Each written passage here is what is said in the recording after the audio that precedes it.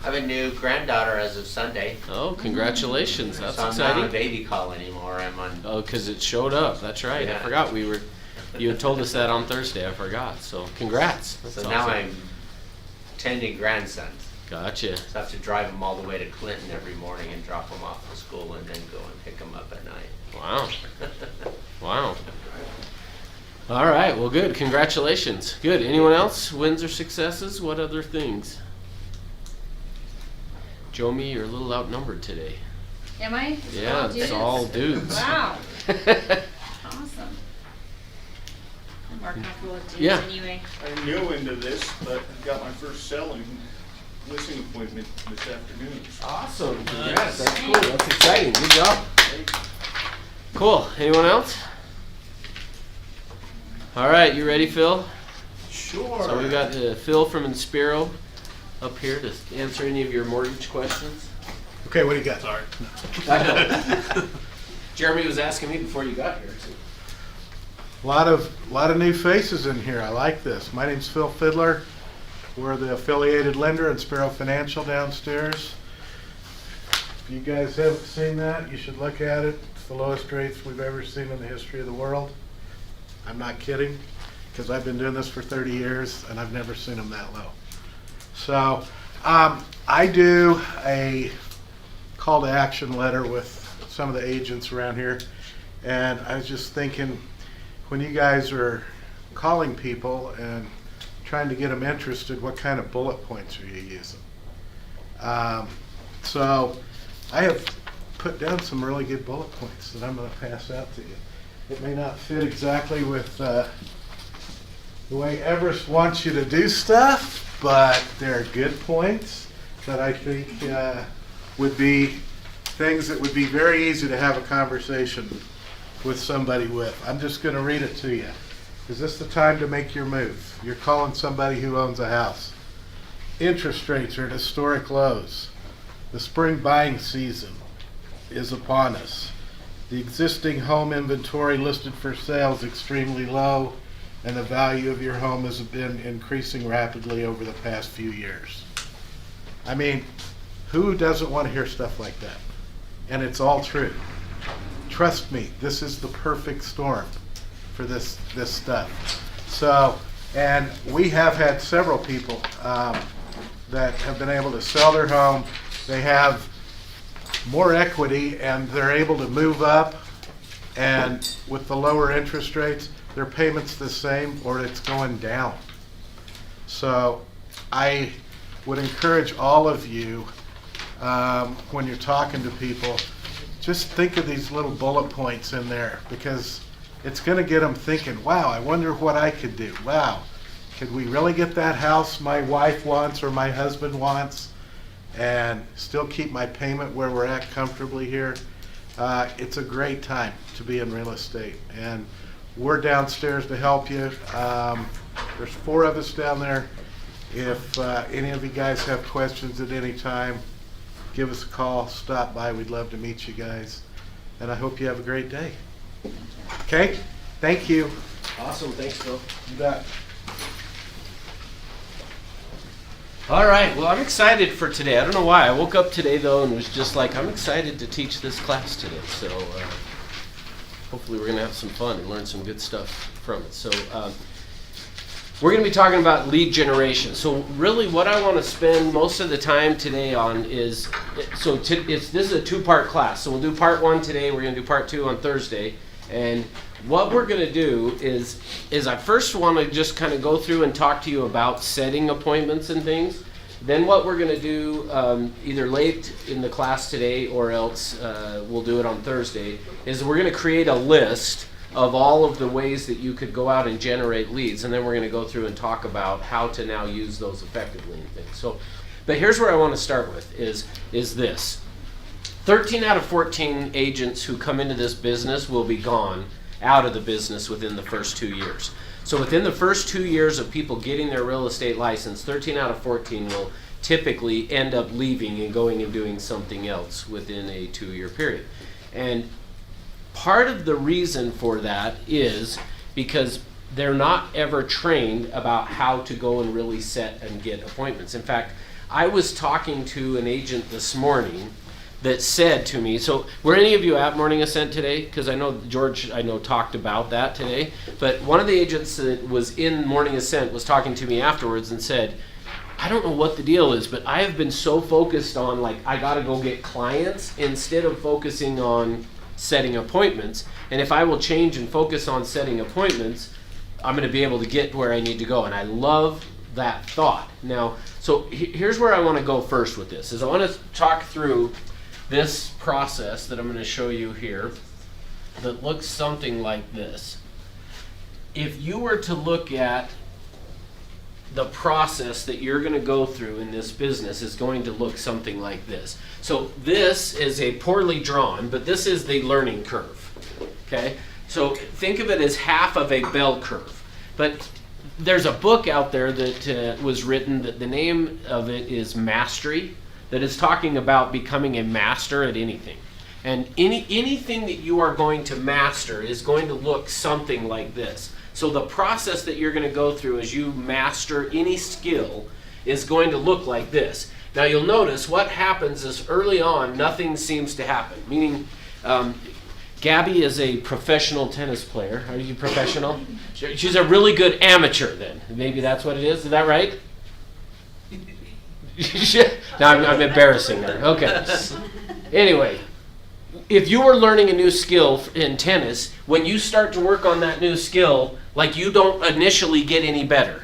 Is that right? Mm-hmm. But then all of a sudden what tends to happen is as you work on a skill, all of a sudden you have this huge jump up where all of a sudden, boom, it clicks and it starts to work.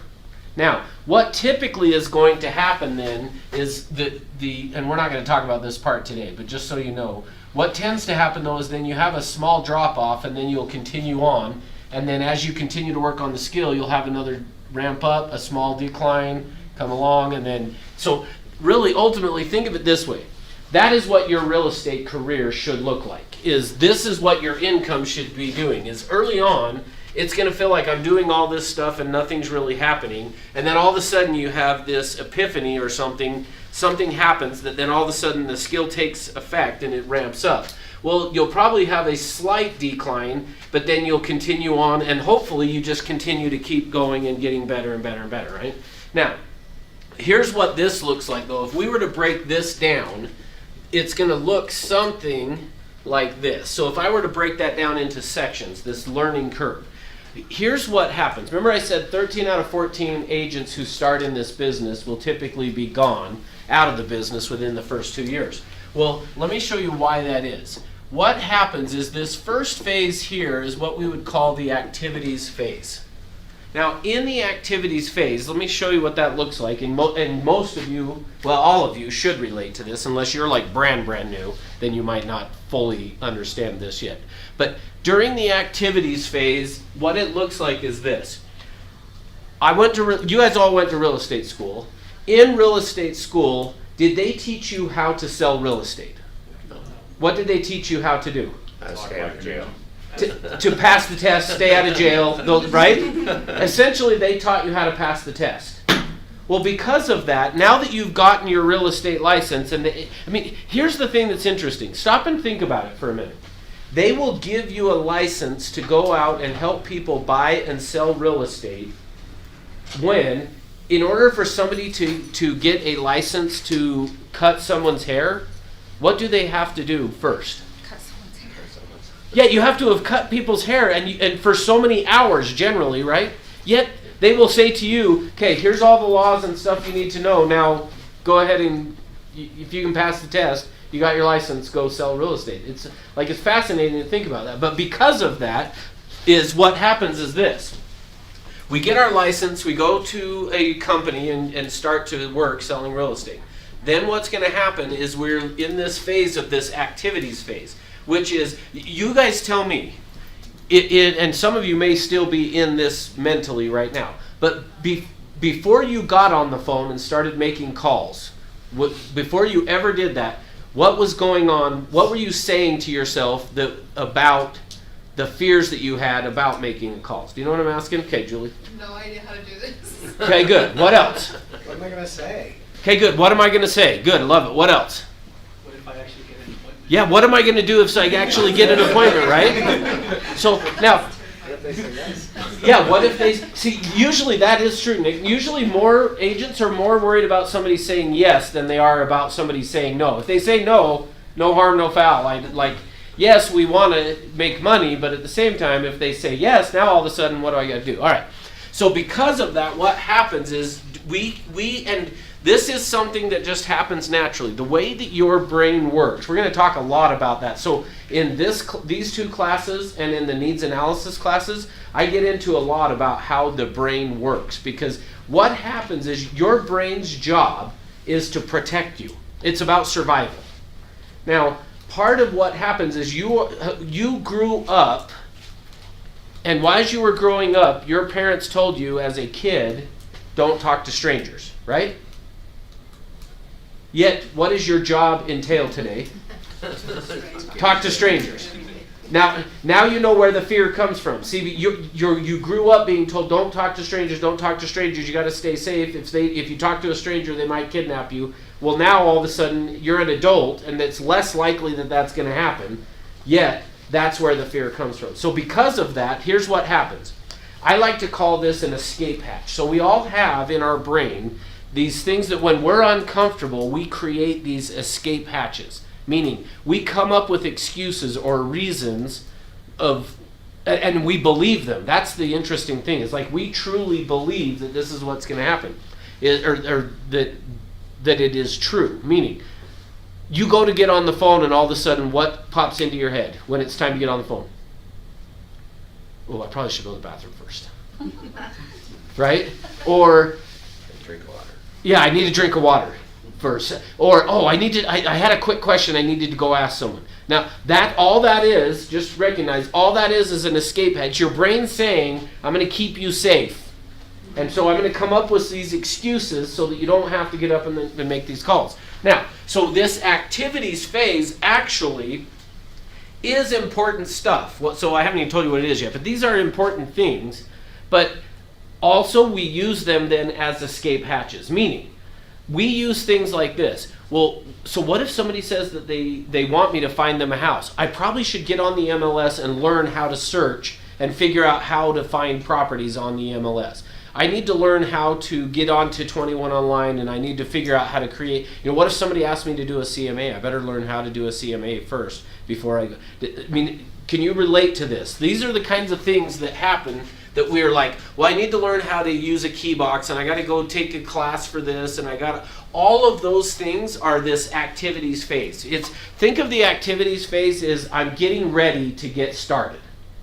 All of the things that we do. Now, to some extent, yes, we have to do some of those things to get ready to get started, but keep in mind that part of what is going to happen if it's not happening to you is your brain is telling you need to, in order to keep you safe, you better make sure you know how to do all this stuff first, okay? So that's the activities phase. Now, some of these things, like I said, are important, meaning like knowing how to fill out the contract and all those kinds of things, yes, is important.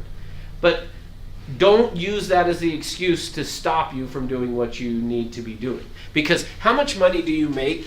Look at this line as being your income. How much money do you make in the activities phase? Yeah, essentially you're going to make $0 when you're in the activities phase. During the activities phase, what is happening is this is the coming to class here, all of those kinds of things. Now, again, I'm not saying that that's not important, because those things are important. You need to do them. But you can't have that be what you do all day, every day. Now, in the activities management class, we'll talk more about that, and I'll explain that a little better. But just keep in mind, during the activities phase is all the stuff that you're comfortable with. It's all the things that are not outside of your comfort zone of, I should get to go take this class, and I should learn this, and I should learn that. All of those things are during this activities phase. And you're not going to make any money during that activities phase. The next phase in this is what we would call the contacts phase. Now, in the contacts phase is when we are actually starting to go make contacts. We're either going and knocking on doors, or we're getting on the phone and talking to people. So just think of the contacts phase as this is when you are talking to people. Okay? Now, when I first got my real estate license, and I think I've mentioned this to you guys before, but when I first got my real estate license, or prior to, I was working at a bank out by the airport in their operations department. So what I was doing is I managed the department that if you needed a photocopy of a check or you had a problem on your bank account, you would go into the branch and you would say, hey, I need a photocopy of this check, or else they would say, I had a problem. This check cleared my account for X dollars and it really should have been this, or whatever. That branch would then call my department and we would then go research it to figure out what the problem was, and then we would fix it. Well, I had decided, and I think I even mentioned this in last week to you guys, I had decided I was tired of getting paid that less than a counterpart of mine who I ended up doing her job a lot of the time because my boss just said, I know you'll get it done, so I'm going to have you do it instead of her doing it. Well, I decided to come into real estate. Now, when I got my real estate license, I had gone to my uncle who was a builder, and I said, I want to sit your model homes, and he said, I don't have any, I mean, I've got 4 agents that sit model homes, I don't have an opening. So I went to who he recommended. This uncle recommended that I go talk to this particular broker, which I went and talked to him. I got started with him, and I have always just been the type of person that when I would get a job, I would go to whoever my boss was and say, so tell me what to do. And then they would tell me what to do. And in fact, I remember in high school, I worked at Plaza Cycle, which is a motorcycle shop in West Valley. I remember one day I went there and I had started working there, and my job was all the parts that would get ordered would come in. I would open the box and then I'd go put them on I'd stock the shelves basically. And I remember I'd go to my boss and I would say, okay, I'm done stocking the shelves, now what do you want me to do? And she would say, well, get a broom and go sweep the warehouse. Okay, so I'd go sweep the warehouse. And then I'd come back and, okay, now what do you want me to do? And she finally one day said to me, and I don't know why this sticks out to me, but one day she just said, can't you just slow down and not, don't be in such a rush to get the job done? And I was kind of like, really? That doesn't make a lot of sense to me. So, but just know, I've kind of been the type to do that. So I get my license, I go to my broker, and I said to the broker, tell me what to do. And he said, okay, first thing you need to do, which I would recommend this for you guys as well. He said, first thing you need to do is go make a list of every person that you know. And then, so I did that. And then I came back to him. Okay, now what? He said, okay, now send out an announcement card or something telling them, hey, I've started real estate. Here's one of my business cards. So I did that. Then I went back to him. Okay, now what should I do? Well, same kind of a thing. I think he got sick of me coming and saying, what should I do? What should I do? He finally said, look, if you will go knock on doors for 2 hours every day for the next 2 years, you'll never have to do it again. And I said, okay. And it was kind of like, okay, now I got my mission. I knew what I needed to do. I went and started knocking on doors, and I would knock on doors. So what I did, though, is, and I may have mentioned this to you before, but there was a lady that started with me. Her name was Shirley. Shirley and I would every day, we would meet at the office at about 9:15, and then we would go in and do some role play. And then Shirley and I would jump in the car and we would go out and go door knock. And we would door knock from 10 o'clock until 12, 12:30, something like that. Now, here's why, and here's what we were doing. So I had gone to my manager, and part of the goal setting, I had the goal that most agents have when they first starting this business, which is to make how much money? $100,000. That's the most common number. So I said I wanted to make $100,000 a year.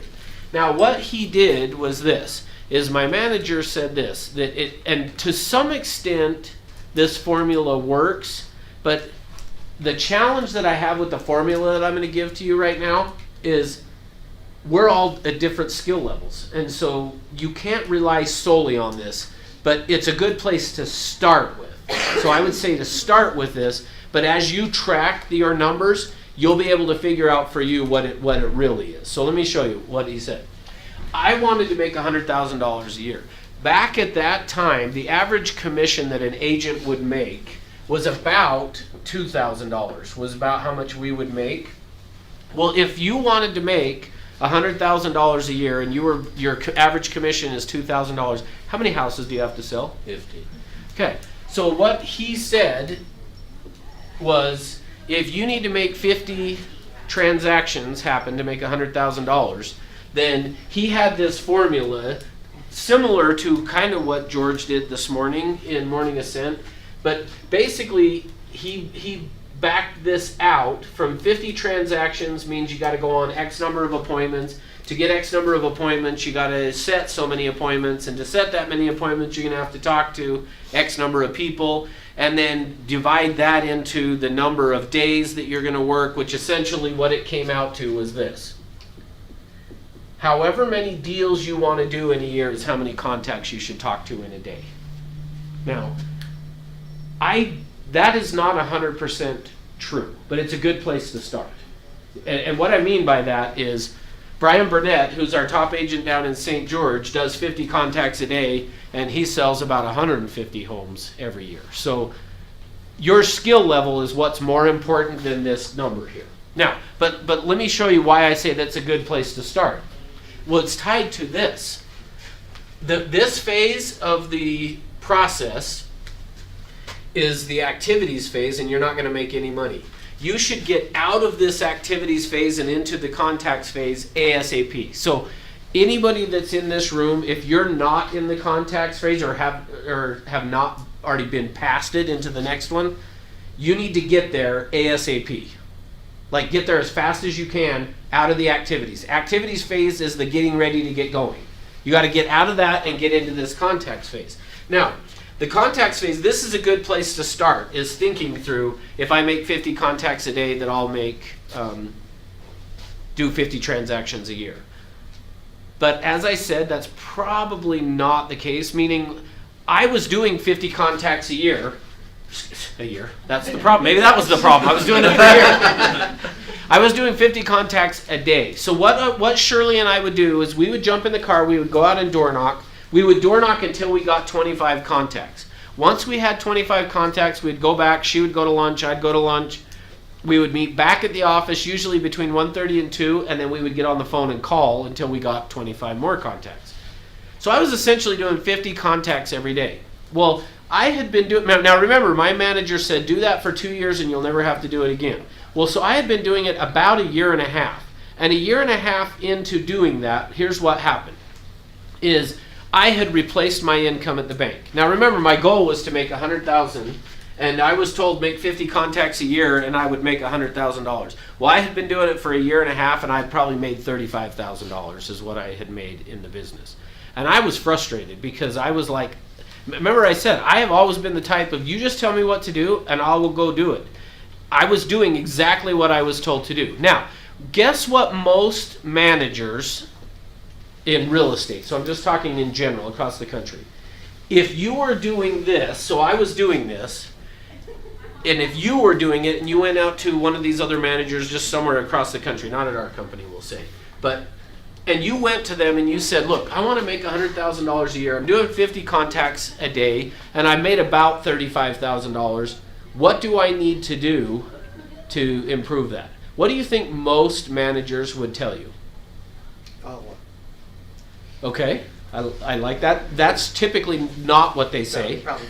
It's always hard to ask this question of you guys, of our agents, because you guys are trained better. So Right. you come up with the right answer, but that's not what most managers would say. I say quit. Yeah, let's get out. Okay, say it again. Make more contacts. That's usually the answer. really? That's usually the answer that most people would give, is they would say, well, if you're doing 50 and you made $35,000, you just need to double your contacts, more than, well, probably triple, I guess, huh? Triple your contacts. So do 150 contacts a day and you'll get there. Now, is that reasonable? Have any of you made 50 contacts in a day?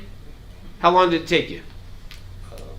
All damn day. Yeah, so now imagine if I said, okay, now tomorrow do 150. Right. Yeah, like you're not going to do it. Very unlikely somebody's going to do 150 contacts in a day. In fact, I only know of one agent, I'm sure there's more, but I only know of one agent that has done 100 contacts in one day. It took him the entire day, and guess how many appointments they got? 1. 0. No. 0. No. 0 appointments, because they were so focused on trying to get to 100 contacts. So now notice here what's going on in this phase. If this is income, which this line really probably, cross that out, it probably is more like this, is what that line should look like. When you look at, again, this is your money. When you look at that line, How much money do you make in the contacts phase? Not very much. See, that was my problem. Now, here's what happened. So I'd had my license about 1.5 years.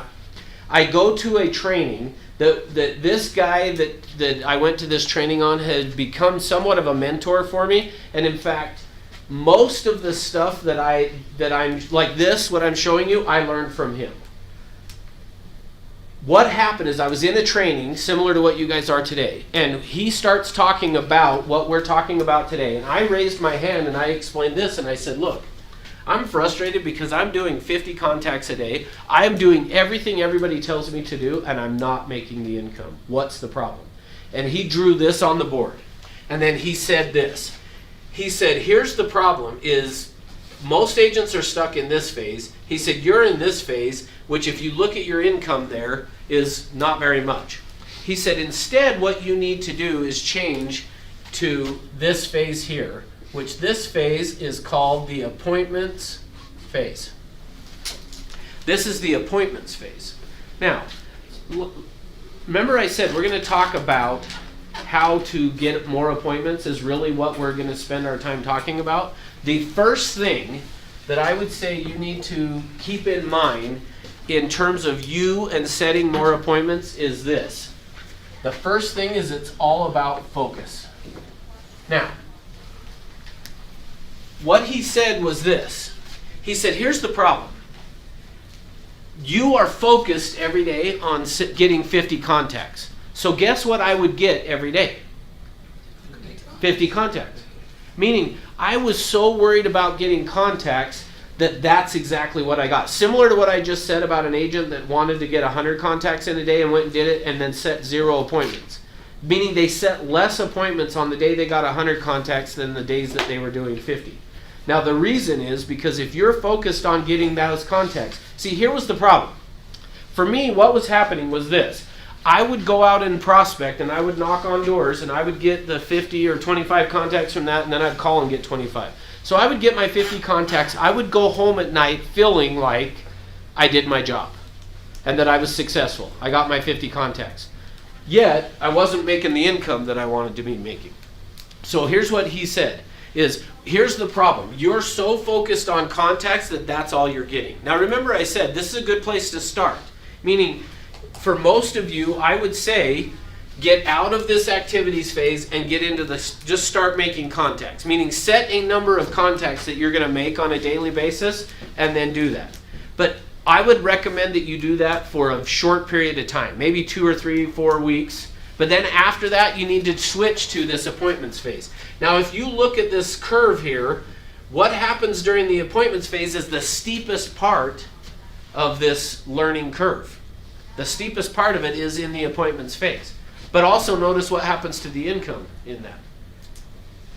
It goes up dramatically because of that. So here's what he did, is he said this to me. He said, here's what I want you to do, Russ. You have been doing 50 contacts a day. Instead, now the class that I was in with him was a 5-day class. So it was all day on a Monday, all day on a Tuesday, then we would skip a week. And the next week we'd go Wednesday, Thursday, then we'd skip 2 weeks and we would go on a Friday. So it took a whole month to get through this 5-day class. Well, what happened is on day 2, we were having this discussion. And so what he said is, here's what I want you to do. Between Tuesday, so today Tuesday, and next week Wednesday, he said, I want you to, when you prospect, all you're going to do is focus on setting 1 new appointment every day. Just 1. And I said, okay, I could do that. He said, so don't count your contacts even. Meaning like, go ahead and count them, but it doesn't matter how many contacts you get. What matters is that you set an appointment. And I said, okay, that sounds good. And he said, okay, I want to make sure you really understand. So between today and next Wednesday, you're going to set 1 appointment every day that you work. And I said, okay. And he said, so essentially, I'm going to give you 1 day off. You got to set 6 appointments between Tuesday and next Wednesday. I said, uh-huh. He said, okay, I just want to make sure you're really, really clear. You go home tonight and you tell your wife, I am not coming home tomorrow if I don't set an appointment. And I was like, oh, wait a minute. Like I really have to get an appointment. It's like, yeah, you don't get to go home if you don't set an appointment. And I was like, well, I don't know if I want to agree to that. And then here's what he told me, is he said, here's the thing.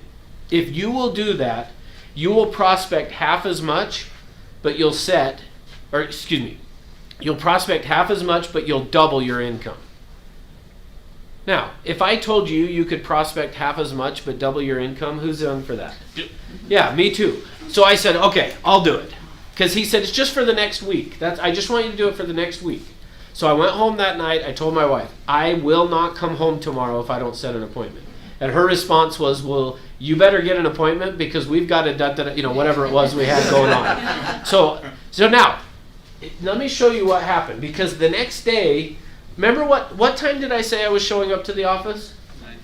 Yeah, usually 9:15. Now, let me show you what my prospecting looked like as well.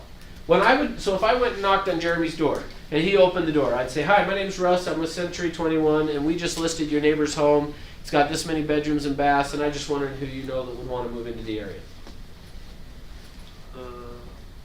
Nobody? Nobody? Okay. Well, how about you? When do you plan on moving? In a year? In about a year? Yeah. Okay. Well, can I call you back then? Sure. Okay, cool. And then I'd go to the next. Knock, knock. Hey, Nick, my name's Russ. I'm with Century 21. We just listed your neighbor's home. Who do you know that wants to move into the area? Can't think of anybody else. Okay. When do you plan on moving? Probably never. Really? Okay. Well, here's my card. If you need anything, let me know. Great.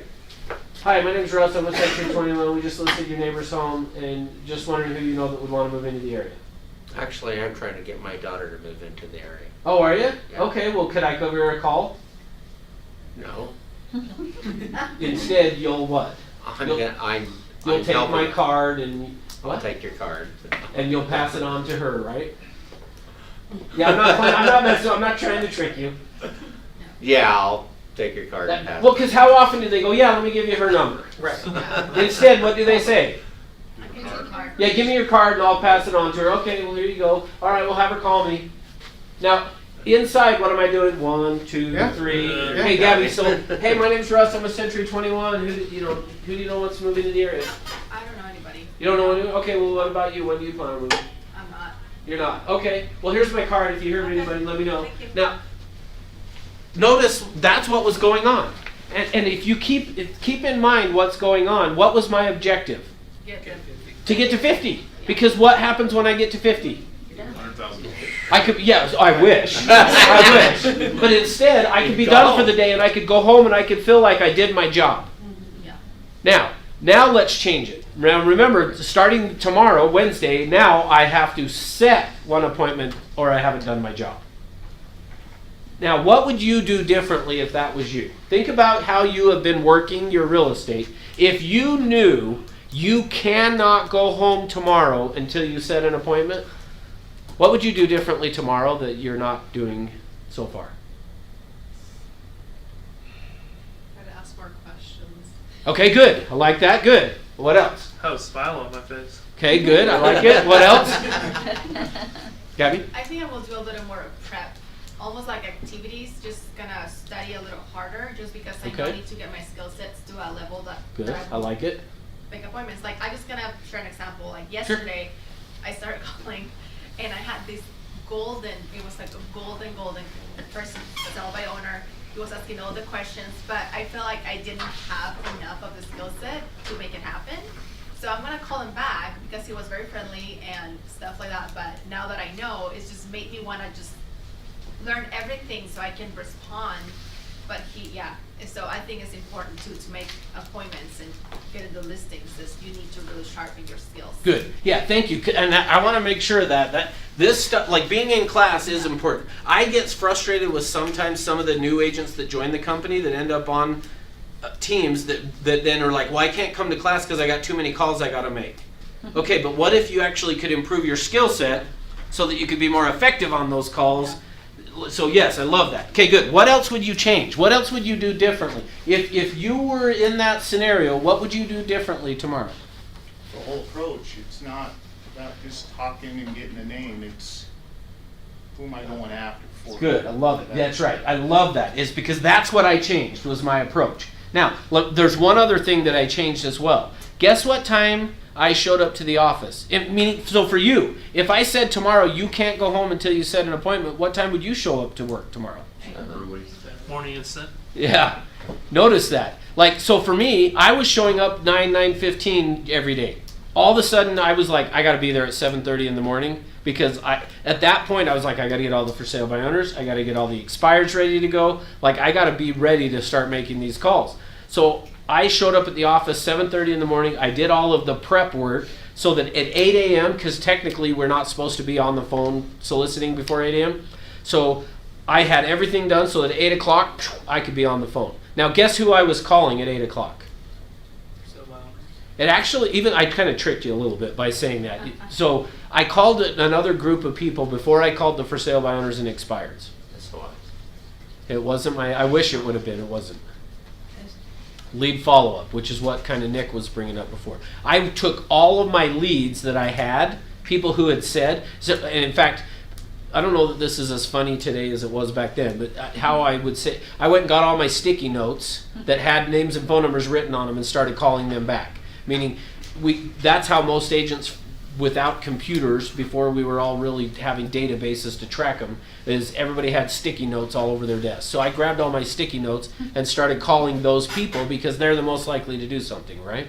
So I called them. Now, let me show you what changed in my approach though. So let me show you the difference because I love what you're saying is the approach has to change. If that doesn't change, you're not going to see a difference. You should be in here, Jeff, because you need to hear this. Okay, so I would go knock on the door. So I knock on Jeremy's door. Now remember before how I approached it. Now I'm going to do it a little bit differently. So now watch. Because exactly what has been said. If I can get an appointment from him, then what? You're done. I'm done. I can go home. Which that was the other agreement that I had with this guy, was what he said to me is, once you get your appointment, you don't get to just stick around and hang out at the office. Meaning if you've got work to do, like prep for an appointment, do it. And if you've got appointments, go on them. But outside of that, don't just be at the office to be there. Meaning there's no correlation to the amount of time you spend at the office to what your income is. Meaning if you get your appointment and get whatever done you need to, then leave and go golf or whatever he said. Just go home, go mow the lawn, whatever you want to do. But get your appointment, get whatever done you need to, and then leave. Like if we really understood that we grew up in an environment and were trained, most of us, that you punch the clock. Like you go to work at Chick-fil-A and you're there from 10 a.m. until 4 p.m. or whatever. You know, you've got these set hours. And we approach real estate that same way as, oh, okay, well, I should get there at this time and then I'll leave and go home at this point.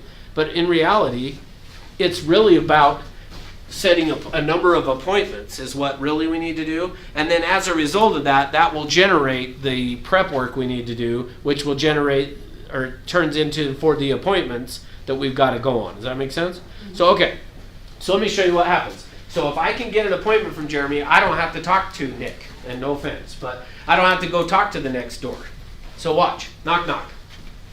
Hi. Hi, my name's Russ. I'm with Century 21. We've got a home we just listed. Now notice that not much in the script, this part of the script is changing. In fact, it goes to what Julie said. You're going to notice I'm going to ask a lot more questions. So we just listed this home, and I'm just wondering who you know that would want to move into your area. I don't know anybody. You don't know anyone? Okay, well, hey, I appreciate you taking the time to think about that. How about you? When do you plan on moving? About a year. About a year from now? Okay, well, God, that's great. You know, let me ask you, have you had the chance to sit down and talk to anybody about what's going on in the market today? And what I mean by that is really so that you can understand, when it comes time for you to put your home on the market, would you rather be over-prepared or under-prepared? Over-prepared. Over-prepared, right? Yeah. So what we need to do is we ought to set an appointment right now for me to come out and sit down and go through, show you what you need to do to get the home ready, talk to you about the process, kind of see what your goals and objectives are, so that we can put together a plan so that a year from now, you're going to get the most amount of money. So what works better for you, afternoons or evenings? Afternoons. Okay, so would 3 or 5 work better for you? 5. 5 o'clock? Okay, so tomorrow at 5? Not tomorrow. Okay, Thursday. Let's do Thursday. Thursday at 5. Okay, great. Now, I could go home. Now, some of you, though, might be thinking, well, wait a minute, but he's not going to sell for a year. Anybody have that thought? Do I want an appointment with him if he's not going to sell for a year? Sure. See, here's how I want you guys to approach this. Now, to some extent, some of this will will change and make more sense to you over time. Remember today George was saying, well, those that were at Morning Ascent, George was saying that you need to probably, specifically he was talking to one agent, but he was saying you need to set 2 appointments a day. Part of where that comes from on this 2-a-day thing is going to be around this type of a thing.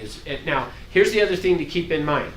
My goal with every person I talk to is to get what? An appointment. Now, once I get the appointment is when I'm going to now start to then pre-qualify. Now, depending on when that appointment is going to take place, I'll either pre-qualify him right now, ask more questions to determine should we really meet, or if he would have said to me, hey, let's meet next week, then I would not want to pre-qualify. I would just say, great, let's meet next week. I'm going to give you a call on Monday just to ask you some questions before I come out. Is that going to be okay? Yes, great. Now I'm going to do that, and I'll call to pre-qualify. So I may or may not end up actually attending that appointment. But my goal, what was my goal? I had to set 1 new appointment every day, was what, instead of the 50 contacts. Now, let's say though, that don't be so easy. So let's say when I said, when do you plan on moving? I don't plan on No plans to move. So, because that, you hear that more often, don't you? it. Yeah. So let's do that. So now, who do you know that wants to move into the area? I don't know. How about you? Now, I may say, in our current environment, I may say, hey, interest rates are amazingly low right now. The other thing is our inventory is at historic lows as well. So we've got interest rates at historic low, inventory at historic low. If you've thought about selling, like really, as a seller, right now is the best time to be doing that. So what is it that's having you wait? Oh, sorry, he didn't tell me that. Sorry, let's back up. Sorry. I was still going with the year thing. Okay, so when do you plan on moving? Never. No plans. Okay, that's awesome. Well, how long have you lived at this address? About 5 years. You've been 5 years. Yeah. Wow, that's great. Where did you move from? Texas. From Texas to here. Really? Wow, that's great. What brought you here? My wife. Oh, your wife. So, meaning like she got a job, or you just Yeah, lived she there? got a job out here and she wanted to move out to Utah. I don't know why. Really? But she did. That's cool. So what does she do for work? She's an account manager. She's an account manager. Okay, well that's cool. Well, hey, let me ask you, if you ever were to move, where would you go next? Probably more north, Ogden area. So more north. Okay, so when do you think that would be? I don't know. It's down the road. That a ways down the road. Yeah. Okay, well that makes sense. So let me ask you this: how are you using real estate to plan for your financial future? Not really You- thinking about it. Okay, but so have you ever considered owning investment properties? I thought about it, but it looks like a lot of work. Okay, so actually one of the things that I actually like to do is to help people plan that way for their financial future and help them get some investment properties. So what would be the best time for us to get together and talk about it? Because it's actually not as much work as you would think. So do afternoons or evenings work better for you? I don't know. Maybe afternoons. I don't know. Afternoons, okay, Yeah. so would 3 or 5 work better tomorrow? 3. 3 o'clock tomorrow. Okay, great. Now, what am I doing differently than I did before? When I say before, meaning not the most recent, but when I'm in the contact space. What am I doing differently? Ask good questions and make him think about the movie. That's right. See, I'm going to exhaust every opportunity I can with him to see if it exists. Now, again, if I've got an appointment for tomorrow to go back and talk to him about it, before I go on that appointment though, and again, I may have even, if I've set it for tomorrow, I probably would be saying, well, so how much of a money have you got that you could put towards a down payment? And I'm going to start to now pre-qualify. When I say pre-qualify, that's not, it includes can he afford it, but also just does it make sense to do it? Follow me? Okay. Yeah. So I asked somebody that question, like, how much money do I put down? And I did the whole approach, like, it's okay if you share a little bit with me so I can help you understand a little bit more. And when I asked them that question, do you have any money to put down to go towards investment? They kind of like just shut me off. They didn't want to share that with me at all. And they just like, everything I asked after that just kind of killed it for me. Okay. Let me do a little, I'm going to do another number 1 over here. So when we are prospecting, which what you just saw with me doing, there's 3 things that need to take place. Is you have to connect you have to create value. And then number 3 is you have to close. Those 3 things have to happen. So essentially what you saw me doing, so I'm going to take a long time to answer your question here. But what you saw me doing with him is I'm trying to connect, I'm trying to create value, and then I closed. Okay? So the connection, where that comes from is through some things that you're going to want to do, which actually is probably part of number 2 here. Is that I would say, so the first thing is you got to be focused, and then the next thing that I've got to try to do is and I don't know that I'm going to write this one down, but you got to have some energy and enthusiasm, okay? But in order to do that, part of what you need to be doing is you need to repeat and affirm. As I watch agents prospect and listen to them prospect, that piece gets dropped out so much. So remember, I'm trying to connect. The way that I'm going to do that is through this repeat and affirm. Now, let me show you what that looked like. Is I said, so how long have you lived at this address? 5 years. 5 years, really? That's great. Where did you move from? Texas. You came from Texas to here, really? Now notice, I'm repeating back what he said. 5 years? Wow, that's great. Where did you come from? Texas. Texas, from Texas to here, wow, that's cool. What brought you here? My wife. Your wife.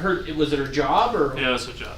Now, what I'm doing by repeating and affirming, now, here's the thing. Here's how I watch a lot of agents do repeat and affirm. Watch this.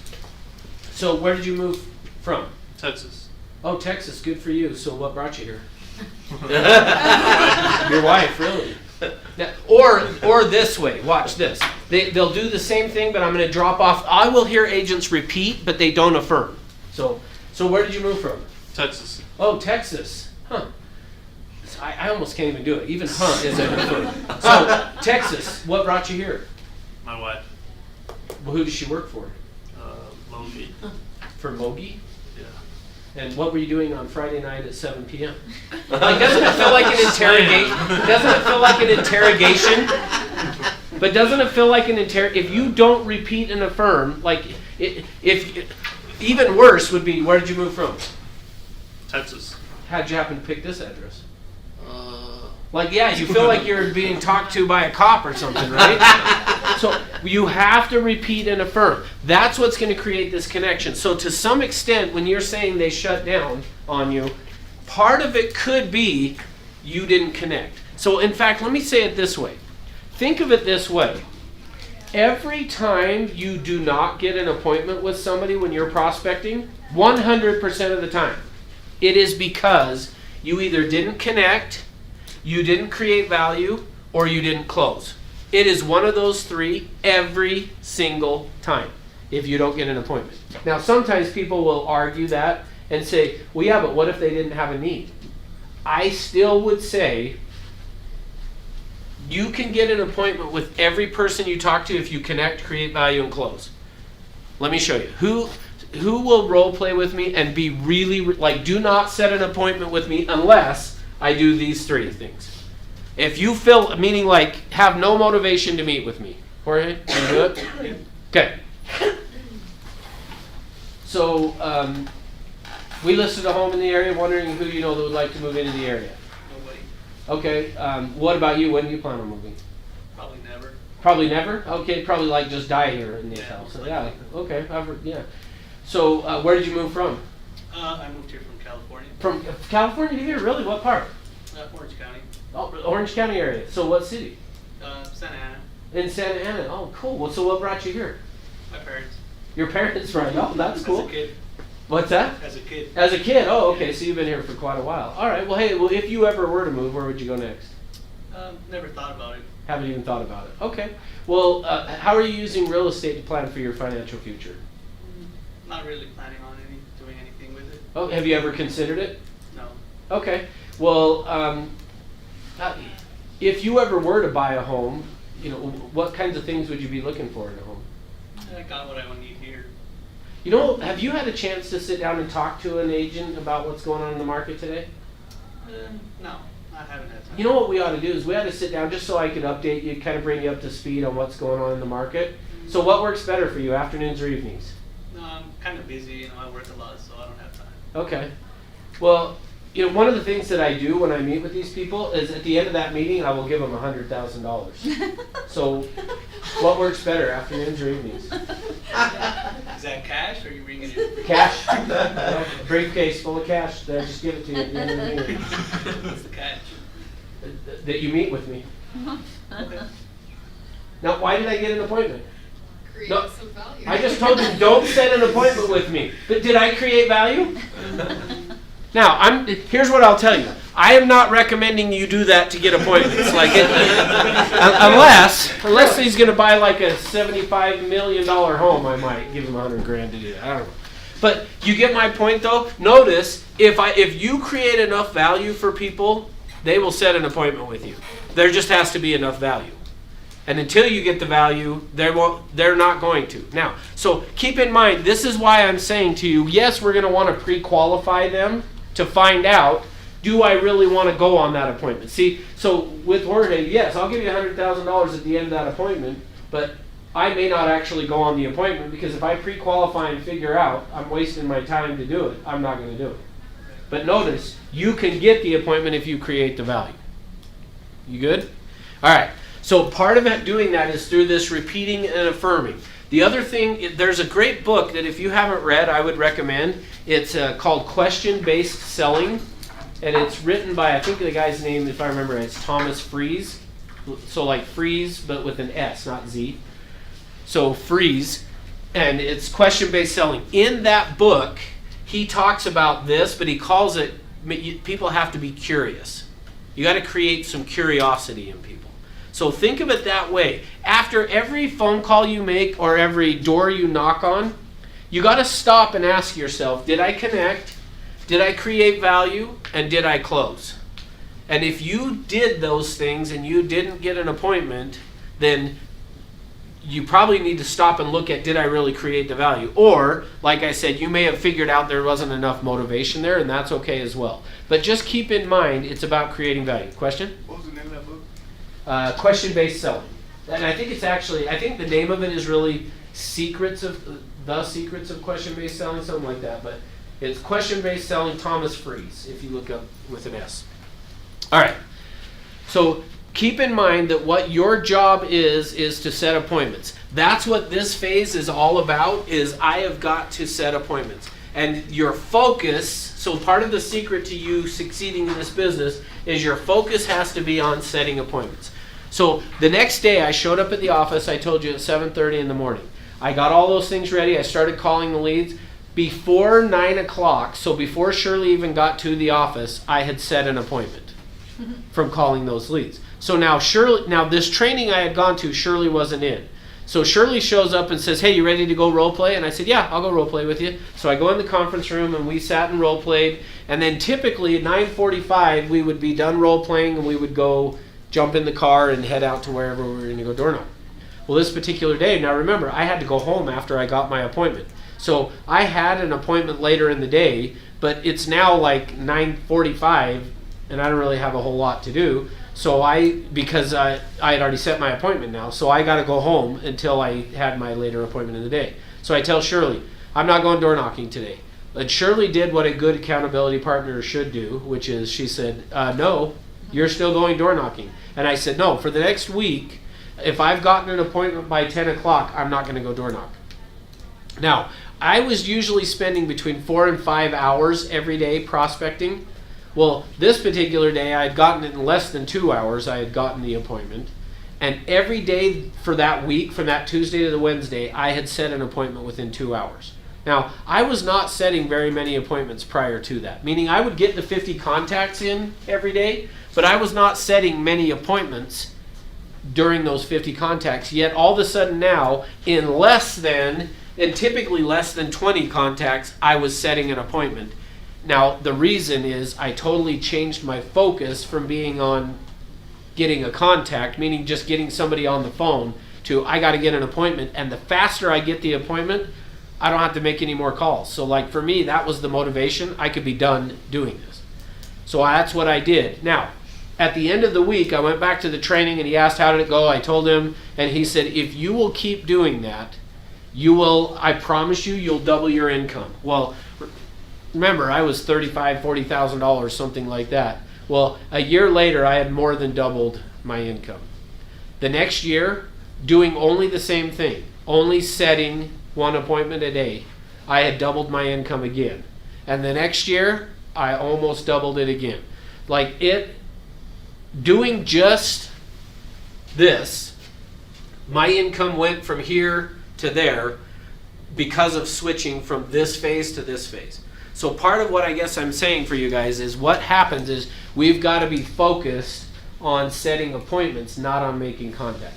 Now you should keep track of the number of contacts that you're making, because the number of contacts that you're making is going to tell you, like ultimately you want to be seeing what your ratio is of how many contacts it takes to get an appointment.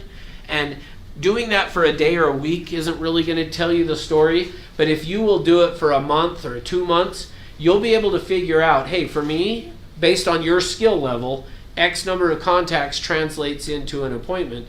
And then your objective is to constantly be getting better to reducing the number of contacts it takes to get the appointment. So let's go through and talk about some more of these pieces here, okay?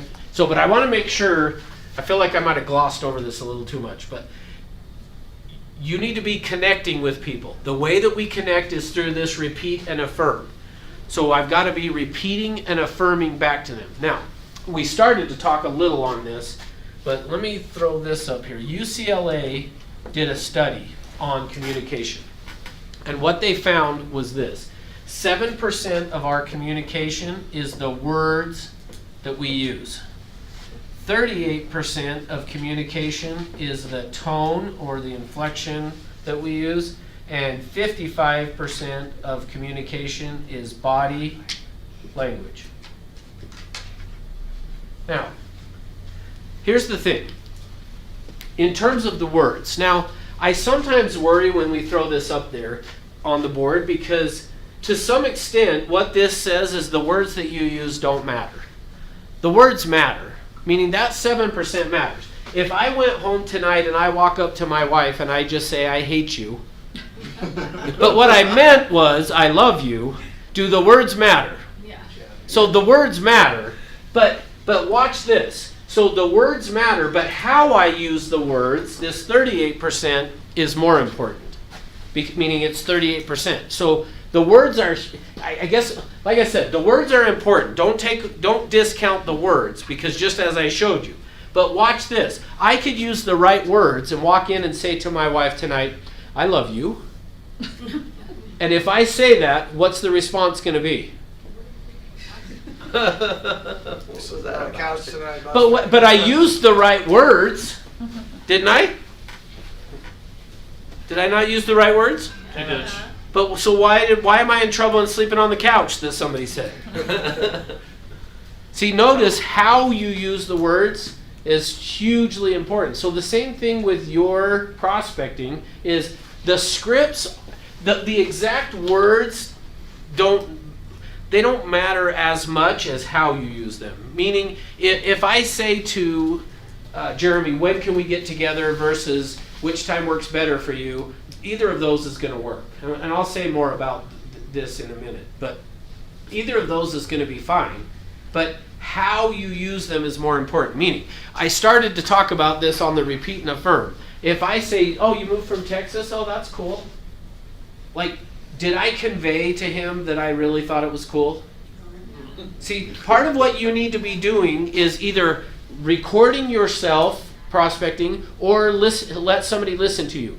So, which kind of, just so you guys know, something that I have started to do is I'm going to be as many days of the week as I can, which like Thursdays I can't, and tomorrow I can't. So after I say this, the next 2 days I'm not going to be there. But on the third floor, in the calling area that's on the third floor, 9 o'clock, I am planning on being in there to listen to people prospect. So if you want me to listen to you, which I've done it, right? So, and is it good or not good? Like, you're not, like, he's like, yeah, it's not good. Don't. But I will come and listen to you guys and coach you on getting better at this kind of stuff if you'll show up and be there. So between 9 and 10. So today I was there from 9 till 9:45 where I had to come up here. So tomorrow we're doing a class in here from 9 till 11:30. And then Thursday I got a manager calls. But Friday I'll be there. And then Monday, Tuesday, oh nope. I'm in California all next week. So now that I told you this, I'll be there one day in the next week. But the plan is to get some of the other managers there as well doing this. So, and part of what we want to do is be working on this kind of stuff with you. So, but if you can't do that, here's the other thing. So in the meantime, for the next week, if you have any, hey, what's up, What are Jeremy? you yelling at these guys for? I'm getting a little excited. Holy cow. He's teaching us tone. Wait, stick your head back in here. Say what you just said. He's teaching us tone. Oh, 38% Tonality. is tone. He's the master See? of that. Now, I hope you guys know how fortunate you are to have this guy speaking. He spoke down at 121 in Los Angeles, and just he killed it in front of 100-something people. Now Really here good. he sits, Thank you. giving you guys everything you need. No, stop. Keep it going. That actually worked perfect I'll for where Venmo I'm you heading later. to. Yeah. I'll Venmo you. No, it's me Venmoing you. Yeah, that's what I meant. Request. I'll Venmo request. Okay. All right, see you guys. Cool. Sorry. Thanks, Jeremy. All right. In fact, actually, that couldn't have worked out better because of what I just did there. But that the tone that you use. So here's what I will do for you guys. In the meantime, if Friday doesn't work for you, because I'll be there Friday. If you will record yourself and send it to me and say, would you listen to this and give me feedback? I'm happy to do that. I will gladly do that for you because what I promise you that you record and listen to yourself and you'll find yourself doing this. So where did you move from? Texas. Oh, from Texas. Okay. So how long have you lived here? 5 years. Oh, 5 years. So what brought you here? My wife. Like when you hear yourself doing that, is that a little different than, so where did you move from? Texas. From Texas, really? God, that's exciting. So what brought you here? My wife. Your wife? Oh, like her job? Or? Yeah. Oh, really? So who does she work for? Mogi. For Mogi. What? I don't know. What's Mogi? Mogi. Oh, Mogi. I don't know what that is either. Mogi? What's that? Oh, it's a medical device that they make inside people's arms that don't have arms. Oh, that's cool. Yeah. Wow. So now, is there a difference in our conversation we're having? What does it feel like? You're excited. That you're interested. Yeah, let me give you a key to this. Be interested in other people. In fact, I debated on today, I probably should have done it. I'm going to do it. We got a minute. I'm going to show you a video from Tony Robbins here on rapport.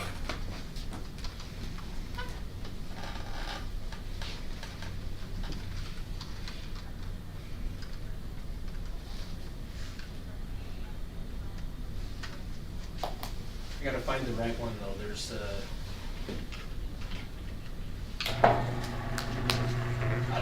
we probably won't watch the whole thing of this because it's 20 minutes long, but I'm gonna let you watch the first little bit and then we'll just talk. I hope this is the right one. See that right brain full of activity? That's a healthy 18-year-old brain. Mine is the other. Okay, this is Our next subject is rapport. In your notes, anywhere you want, there's no place for it, just write rapport is power. Rapport is power. Earlier today we said anything you want to achieve, anything you want to learn, master, experience, there's somebody out there who has a life experience, the understanding, the network, the capital, the thing you need to be able to achieve it. But they're not going to give you what they want, or they're not going to give you what you want, rather, and need, until you first give them what they want and need. And you're not even going to find out what they want and need until you first get in a relationship of rapport. If you don't do that, you're never going to learn anything. Rapport is power. What is a relationship of rapport? So I said it as connection. He's going to say it as rapport, but we're talking the same thing. Okay? Rapport means total responsiveness between people. When someone is totally responding to you, and you're totally responding to them, you're in rapport. There's that connection, it's that spark that happens in certain communications or relationships. Now, everybody wants to create rapport, have it, But most people only get rapport with people who are like whom? Themselves, and they lose with everybody else, which means you got a very limited world. So we want to take it to a different level.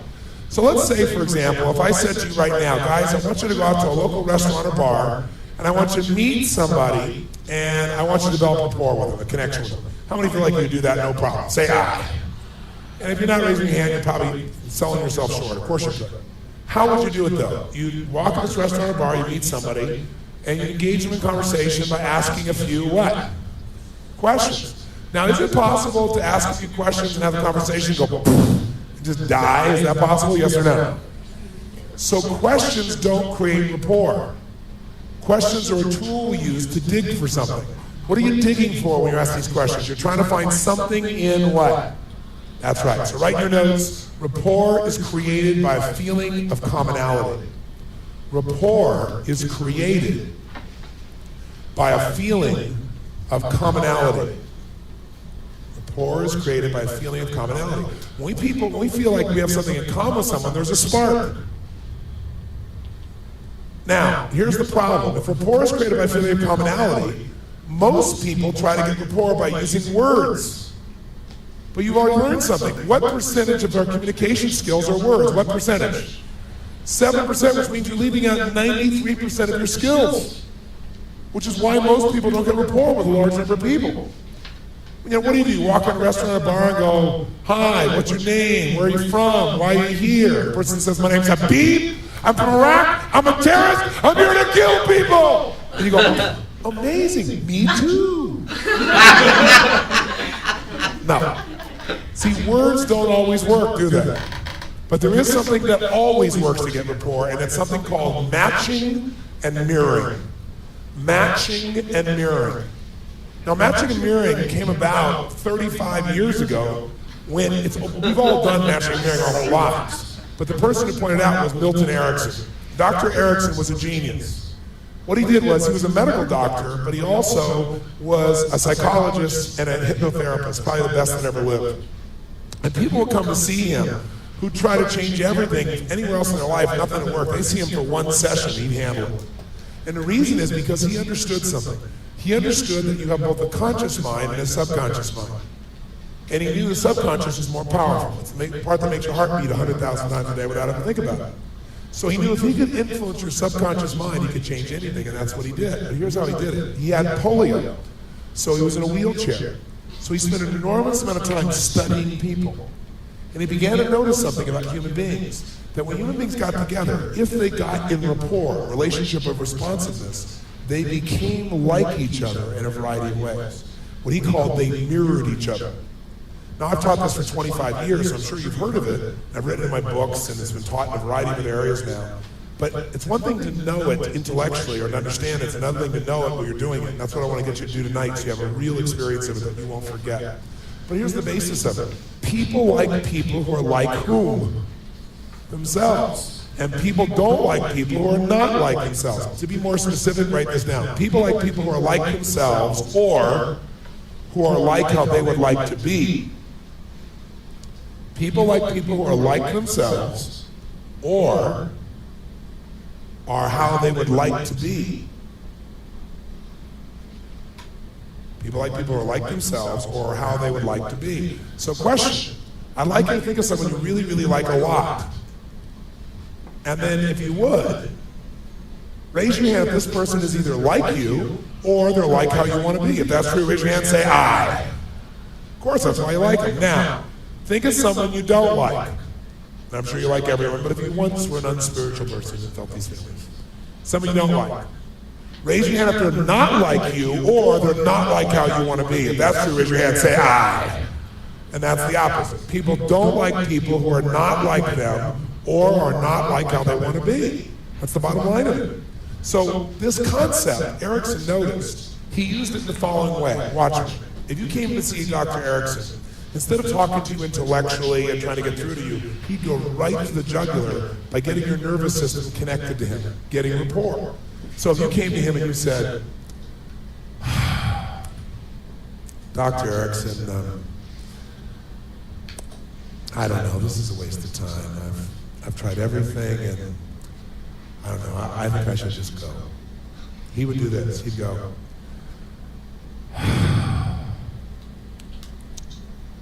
I'm sure it looks that way on the surface, but you haven't tried this, so you haven't tried everything. And I think you should stay. And the person would go, something about this guy I like. You know, he's not over the top, you know what I mean? He's like really real. There's just something about him that feels down home and real to me, right? If you came to see him and he said, Dr. Erickson, I've tried everything, it's a waste of my time, I'm out of here. He'd say, you sit down, you haven't tried everything, you've not done this before, you're staying right here. Guy goes, hey, I like this guy, he's got some spunk, kick ass, maybe he could do something.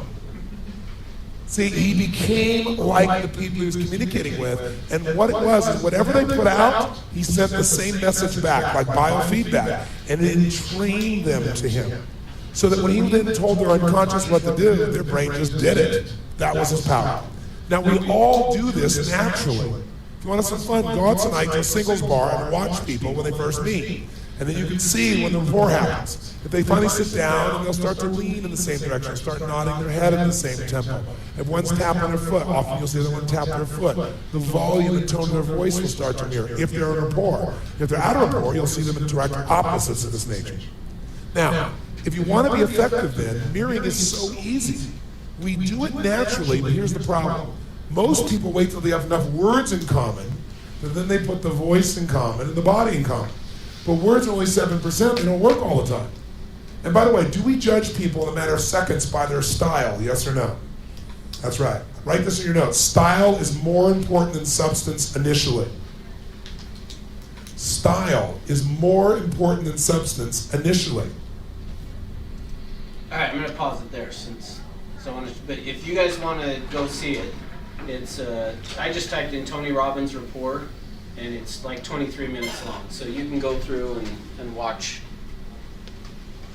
that more later on. But here's the key: is you have to get that connection, or what he called it there is that rapport. That's the first thing. So the second thing then is once we've done that is now we've got to create some value. We got to make them curious, which is what that Thomas Friese says. So let me finish off though once this comes up here. So we talked about the words, we talked about the tone, body language. So in terms of body language, when Jeremy just stuck his head in there and started saying all of that, and I went like this, what's the message I was communicating to him by doing this? Yeah, give me more.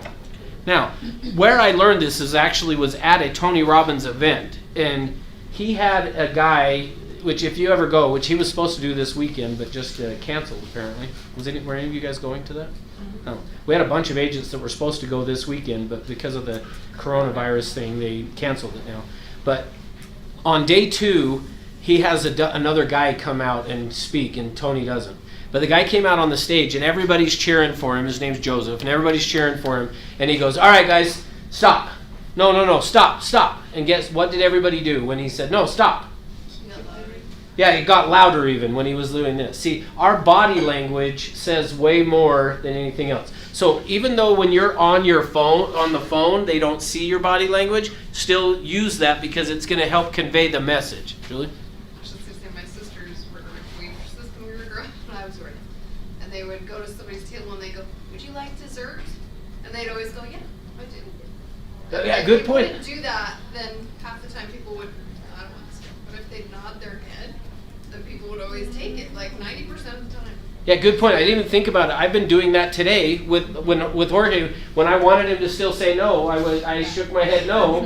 Yeah, you're right. I did. So thank you. That's a great point. Yeah. So just keep in mind that what your body is saying is 55% of the communication. So it will override the tone and the words. If you're acting not interested if Jeremy and I are standing here talking face to face, wow, really, that's great, Jeremy. That's so cool, huh? Like the message I'm saying is I don't care still. So same thing happened. I was doing a role play with another agent, and Rick, and he was trying to get her to realize that what she was doing when she was talking to him is she was shaking her head no. Yeah. While she was trying to get an appointment with him. Yeah, that's a good point. In fact, actually, we used to do, I'm not sure if we'll start it again, we used to do Toastmasters here so that you could come up and practice your speaking skills. And as part of Toastmasters, somebody evaluates. And so we had one person that came up and was evaluating and was saying all of these good things, but she was shaking her head no the whole time. And so afterwards, I went and grabbed her and said, "You didn't really mean that stuff you were saying, did you?" And she was like, "No, I did." And I said, "Your head was shaking no while you were saying." She was like, "Yeah, I didn't really actually." She had admitted it. But so yeah, pay attention to the body language. All right. So all of this is still, we're talking about connection. Now let me give you one other piece of this that's part of a subcategory maybe to this repeat and affirm, and that is empathy. Part of the secret of getting appointments with people and getting that connection is sometimes we have to show empathy for them. Now let me give you an example. Let's say that, I know some of you are doing some internet leads in here. So let's say that you get on the phone with somebody that's that's an internet lead, and they said to you, "Well, we were just getting started, and so we just thought we would just jump online and take a look at some properties online." Part of showing empathy would be saying to them, "Hey, if I were you, I would be doing the exact same thing." Now remember what Tony Robbins just said, people like people who are like them or who they want to be. So part of what we want to do is let them know they're right. So what you're doing is right. So that if I were you, I would be doing the same thing. So same thing with a for sale by owner and expired. A for sale by owner that says we don't want to use an agent, you immediately want to throw back to them, "Hey, totally understand. If I were you, I would do the exact same thing." Because in essence, I'm telling them, I'm just like you. People like people who are like them. So I'm saying, hey, if I were you, I would do the exact same thing. By showing empathy to them, has them then feel like you understand them, you get them, they're going to now be willing to talk more with you. So part of this repeat and affirm and empathy. So if you call up, so anybody called expired listings before? All right, so good. Nick, you can be mine. Okay. All right. So are expired listings usually pretty friendly and happy to talk to you? No. Instead, what are... Well, it depends on how you approach them. How excited are they to have agents calling them the day that it expires? Yeah, you gotta be on top of your game to, yeah. Okay, so be that person for a second. So now watch, let me show you how you use empathy. So ring ring. Hello? Hi, I'm looking for Nick. Speaking. Nick, this is Russ with Century 21. I noticed your home came up on the computer as an expired listing. Yeah, it did, Russ. Good chat. Have a nice day. Hey, well, let me ask you real quick. Sounds like maybe you've gotten a call from a ton of agents. Yeah, I have. That's got to be pretty frustrating, isn't it? Yeah, it sure is. Yeah, if I were you, I'd be pretty frustrated. I mean, next thing you know, they're going to be flying over your house, dropping within a helicopter, dropping information over it, right? That's probably next. I mean, you kick a bush and it seems like all of a sudden today a realtor runs out. Yeah, right? Yeah, maybe not kick the bush. Yeah, right? So unfortunately though, by putting your home on the market and having it not sell, it kicked the bush is what happened. So let me ask you, had you sold your home, where would it be gone next? Now notice what I was doing was trying to use the empathy. Hey, that's got to be frustrating. You got to be sick of all these agents calling you. Yeah, I am. That's what you want. With for sale by owners and expireds, the key to building a connection and getting them to talk to you is the empathy. Hey, if I were you, I'd be pretty frustrated with that. Or a for sale by owner, if I were you, I would want to try to sell it on my own as well. Now, am I lying to them by saying if I were you, I would want to do that too? Because if I was them, would I want to do that? So just keep in mind with that. Now, so let me actually, since I brought that up, let me hit on another piece real quick. And that is, what is the difference between manipulation and persuasion? Nothing. No, there's a difference. Well, I guess intent maybe, but. Perfect. One of them's legal. Yeah, but say more about, Julie, you said intent. What do you mean by that? Well, like manipulation means usually that it's to their detriment, and persuasion is usually to try and help someone. Perfect. So keep that in mind. And I probably should have started this whole class with that. I probably should have started this whole thing by saying that is the difference between manipulation and persuasion is your intent. And what should our intent be?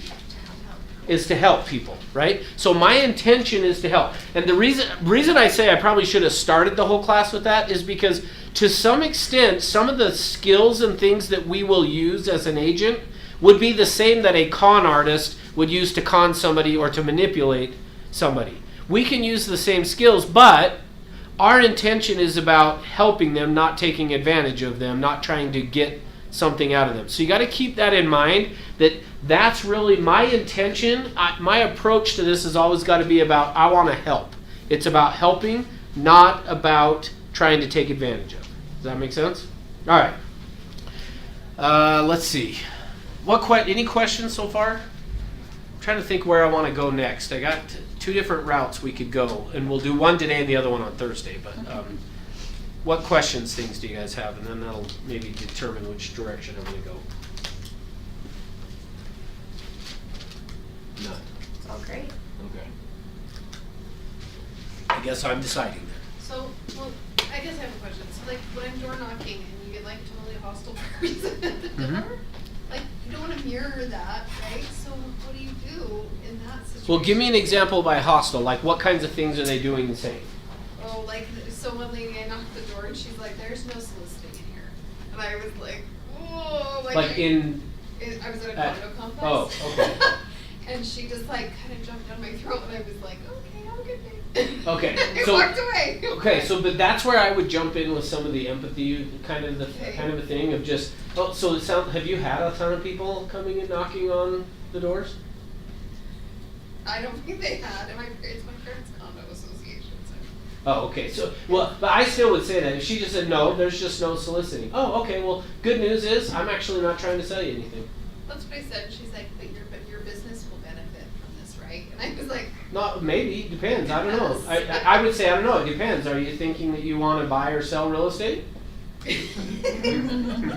okay. See, it's more skills. I'm just like, oh, Yeah. like I totally didn't know what to do. Here's the thing. Kind of look at it this way. Look at it from the standpoint of you kind of want to have fun with the people, but also letting them see that you're just a person.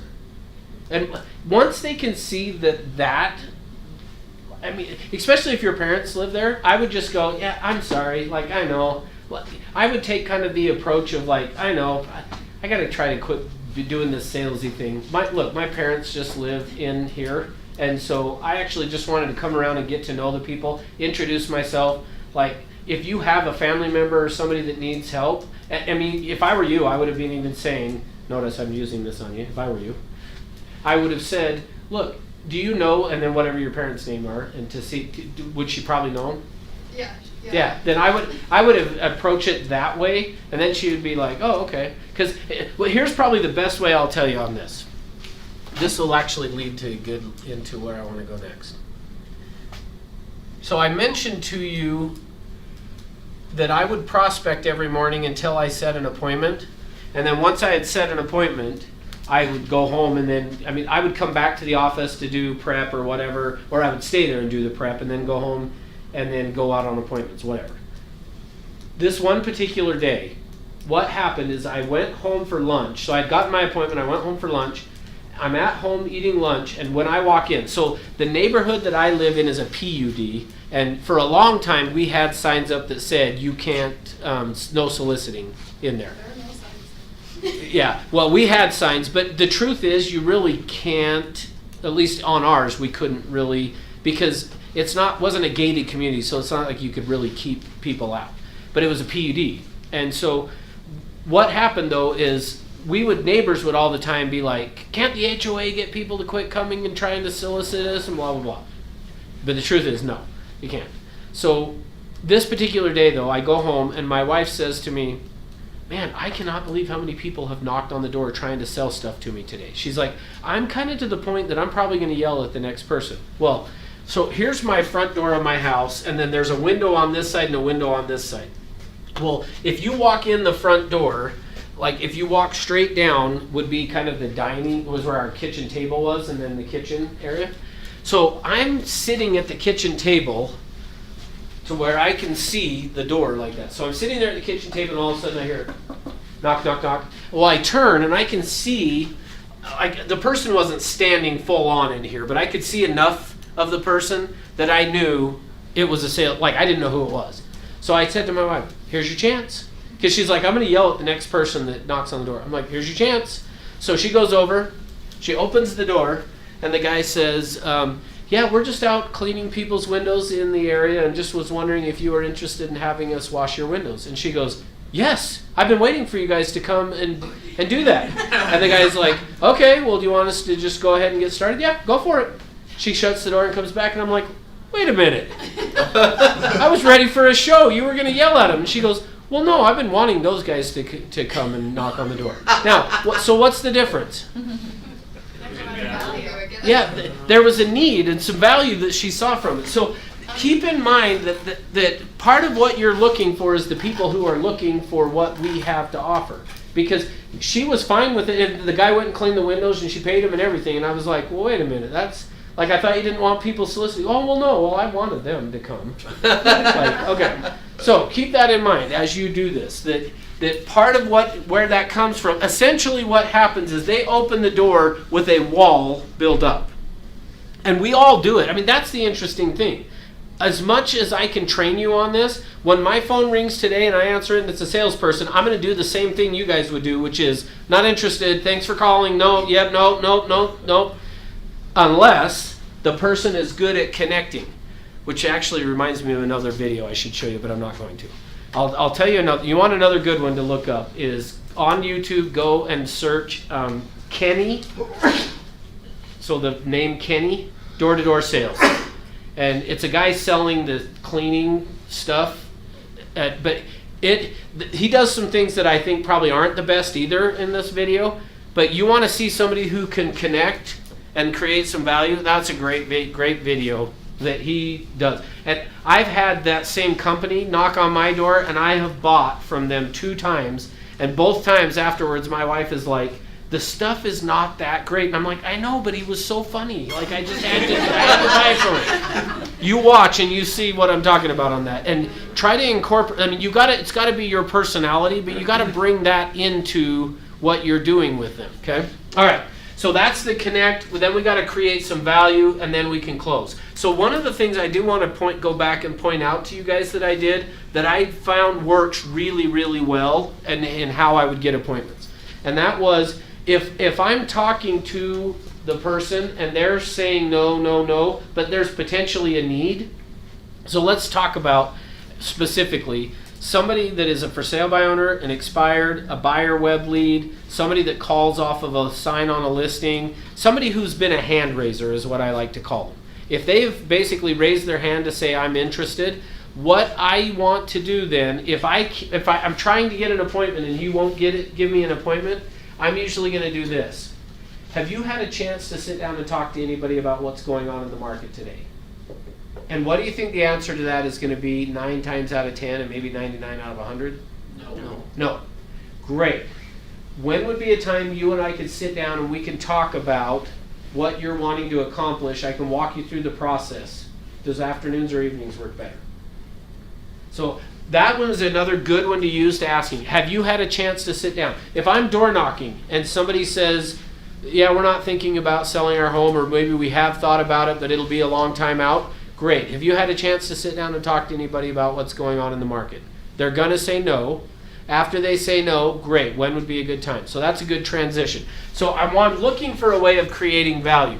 So what you saw me do with Jeremy before was, well, how are you using real estate to build your financial future? Well, I'm not. Well, have you ever considered owning investment properties? Most people have. So at that point, great. What we need to do is sit down and talk about it. You got to create some value for them and then close. Now, here's the thing with close. On closing, there's only 5 ways in the English language that you can close. Let me show you what that looks like. What time? Which time? How soon? When? And where? What time, which time, how soon, when, and where? If you say anything besides that, you didn't ask for an appointment. Let me show you what I mean. So we were talking a little bit about language, and we've been kind of working on that, this communication skills here. if I said to somebody, now let's analyze what what am I really asking? Like don't look at what you think I'm asking. Go back to when you were like a 3 or a 4-year-old. If somebody asked you this question, how would you respond? And what I mean by that is, what am I really asking? If I said to somebody when I'm prospecting, can we get together? What does that question, can we get together, what is it really asking? It's a yes/no question. Okay, it is a yes/no question, but what is it really asking?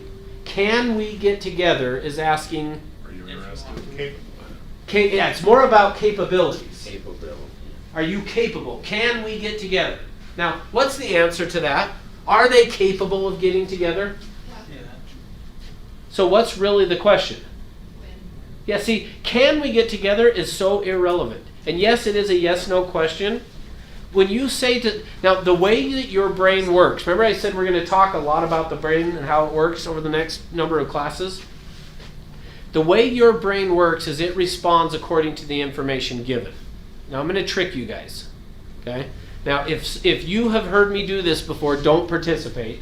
So don't ruin it for those who have. But all the rest of you guys, I'm going to trick you. Are you ready? Okay. If I wanted to know what was going on a mile down the road, should I ask a giraffe or a turtle? And everybody has to answer unless you've heard me do it. If you've heard me do it before, don't answer. But should you ask a giraffe or a turtle? Okay, give me some answers. I've heard giraffe. What was the question? Okay, if you wanted to know what was going on a mile down the road, would you ask a giraffe or a turtle? Thank you. Okay. Giraffe. Anybody say turtle? Now, some of you have caught on. So I heard Nick and Julie. So what did you say? Neither. Okay, and what did you say? You can't communicate with either one. So all the rest of you that chose either a giraffe or a turtle, why did you choose that? So it's the choice you gave. It's all like, Giraffe can see that was their option. Okay, so a giraffe can see far, but are they going to be able to tell you anything? And if you're asking a If you giraffe, can it's gonna talk come to and get you. Yeah, if you're asking with the coat that goes around like this. But notice how the brain works. If I give you some options, it's going to typically respond according to the options that were given. See, most of you would not really go and ask a giraffe or a turtle if you wanted to know. But when I said to you, if you wanted to know which would you ask, your brain now, because I gave you options, kind of goes, well, let's see, a giraffe, because they can see further down. But a turtle's going to know what more was going on, because that's what your brain does instead of stopping, except for a couple of you that said, well, wait, like... No, my first instinct was giraffe, and then I thought, no wait, what are you saying here? Yeah, it's probably because I said I was going to trick you, right? But yeah, probably. But now, but look at now. If I say, can we get together, we're asking about their ability to do it. And we already know that is, they have the ability to do it. So why do we say it as, can we get together? You're asking We're still permission. 5 inside? Yeah, to some extent we lack the confidence that the truth is, here's the truth. You want to really know the truth? The truth is you don't believe that they're going to get together with you. If you truly believed they were going to get together with you, you would never say, can we? You say, can we, when you're giving the option to not. See, if you really thought you were going to get together with them, what would you say? When? That's right. All you're going to say, hey, so when are we going to go? Right? Okay, how about this one? Is there a time we could get together? I mean, there's a time, so you shouldn't be. Yeah, I mean, it's to some extent it's the same, right? Now watch this one. Watch how this one works. Jeremy, why don't you give me some money? He thought he was in trouble. It's because he was reading a text on his watch and he thought I was in trouble for it. Why don't you give me some money? Because you make a lot more than me. So, Joey, I've been picking on this side of the room. I gotta come over. Joey, why don't you give me some money? About having. Okay. Why don't you give me some money? Tell me your name. My Jason. Jason, okay. Why don't you give me some money, Jason? Why do you need money? What's going on? I like it, and I just want to spend it. Go get a job, man. Okay. So, why don't you give me some money? How much you need? how much you got. I've never gotten money when I've done this, so. So, okay, why don't you give me some money? Because you didn't tell me what you need To buy lunch. I'll take your lunch. I don't want you to take me, I just want you to buy it. Well, you gotta come with me. Okay. Why do you give me some money? I don't know you well, What are you talking about? You know me. but I don't know you well enough to give you money. Oh, okay. So, Julie, why don't you give me some money? Because I can teach a man to fish rush, or I can give him a fish. It's not gonna get I'll me take a anywhere. fish. Give me some money. I'm missing the moral. All right. How much money have I gotten so far? Zero. Why? You didn't tell the You reason. didn't connect to create value. Okay, clearly. Now notice what we're analyzing language. Notice what are the words that I used. Oh, I feel like my nose is going to drip. What did I say? Why don't you give me Why don't you give me some money? I said what? Why? Why don't you give me? Why don't you? And then what did you guys do? Nope. Not you And now why did you not give me any? What was my assumption? My assumption is you're not going to give me money. So I said, why don't you give me some money? And then what your brain does is gives the answer to why you're not going to give me money. Every one of you gave me the reason why you weren't going to give me money. Now, guess what happens if you're prospecting and you say, so Jorge, why don't we get together? Guess what they're going to tell you? The reason you're not going to get together. See, there's only 5 ways in the English language you can ask for an appointment. It's what time, which time, how soon, when, and where. That's it. Right. So if you're not using these when you ask for an appointment, you're not asking for an appointment. So when I said, what works better for you, afternoons or evenings? What I'm really saying is which time. It's just a different way of saying which time. So stop and look at it as, are you asking questions that are assuming that you're going to get together, or are they assuming you're not? Because see, if you say to somebody, why don't we set an appointment, you're assuming you're not going to get an appointment and you're just asking them to give you the reason. If you say, can we get together, you're assuming probably that you're not going to get together, and that's the reason you're giving them the option. See, it's all about what you assume is going to take place. If you assume you're going to get together, you would never do it that way. Instead, you would say, hey, what time are we going to the show? Or whatever. You know, if you were going to go to a movie with a friend, hey, what time are we going? You wouldn't say, are we going to go? Would you like to go? Well, no, we already decided we were, right? The only question is what time, which time, how soon, when, or where. All right. Questions?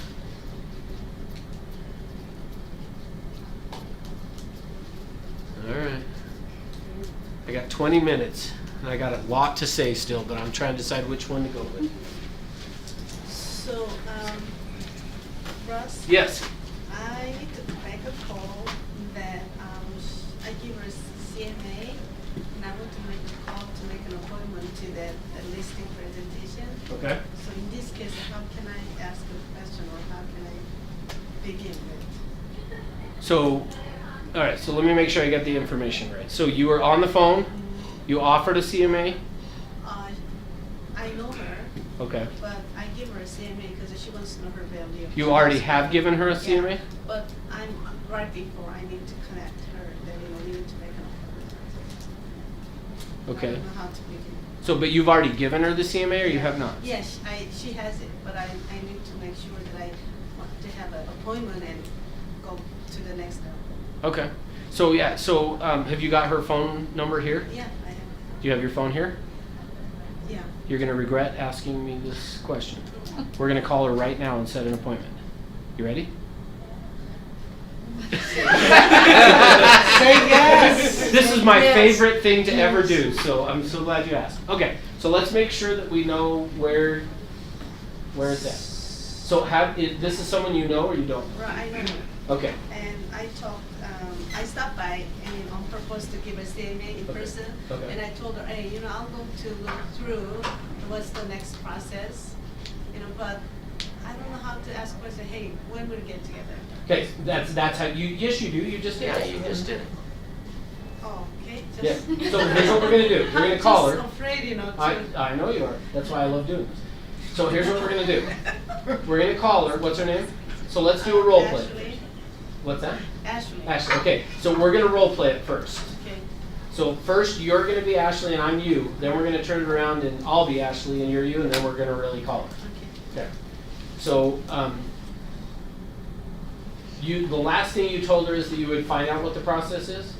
Yeah, so I want to get together and we'll go through the process. So is she thinking of selling the home? She didn't think about it, but I make her think. Okay. Okay. So she's kind of like, you know. Okay. Well, this can be easy. Okay. So you're Ashley and I'm you. Okay. So ring ring. Hello. Hi, is this Ashley? Yeah. Hey Ashley, I just was giving you a call back. I know I told you I'd get back to you and we would schedule an appointment to get together. So what works better for you, afternoon or evening? Afternoon. Okay, so Evening. Evening. Okay, so would 3 or 5 work better for you? I guess if you said evening, I better say 5 or 6. 5 o'clock? Yeah. Okay, great. That's simple. That's it. Okay, so now you do it with me. Okay. Hi. Hello. Ding ding. Hello. Hi. Hello. Is it Ashley? Yeah, this is Ashley. Hi. I just have a little bit of a cold today. Okay. Yeah. How are you doing? I'm great. How are you? I'm doing great. Do you remember that we talked that I'm going to get you the process that we're going to discuss? Yeah. We're going to talk about it. Uh-huh. So what time is good for you? Afternoon or evening? Probably evening. Okay, evening. Is it 7 o'clock work for you? Yeah, that works. Okay, then we'll see you tomorrow 7 o'clock. Okay, now watch. Let me explain to you. Here's what we're going to do. So you're going to call her, and we're going to do it on speakerphone. So everybody here, we got to be no coughing. Be quiet, okay? Now what I'm going to do though is I'm going to help you with it, and I may stand here and go. If you don't, here's what happened. She did a great job just practicing it, but under stress, your brain goes caca. Okay? So when you get on the phone, all of a sudden she's going to want to, we start to talk too much. So if you start to talk too much, I'm going to do this, which means just ask what time can we get together. You ready? Okay. Do you know what times you can meet? I think basically it's my fear, you know. Oh, 100% That's that the you're question. here. I mean, the Yes. microphone. So put it on speakerphone. Do you know what times you can meet with her? I don't know about Okay, hang on. I need to get back to it. No, we're going to call again in about 10 seconds. Very good.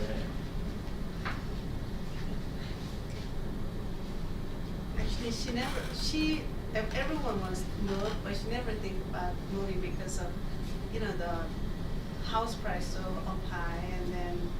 Okay, so hang on. Before you call again, here's what we're going to do. If you get voicemail again, here's what you're going to say. Hey Ashley, this is Sharon. I have a quick question for you. Give me a call. Don't say anything else. Oh. So say it to me back. So I want to make sure you got it. Okay. Hi Ashley, this is Sharon. I'm going to ask a quick question. Could you call me back, please? Perfect. Okay. So if she doesn't answer.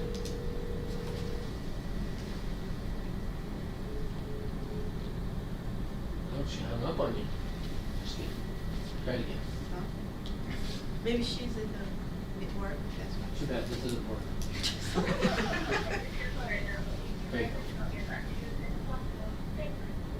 Hi Ashley, At this the is. tone, please record your message. When you finish recording, you may hang up or press 1 for more options.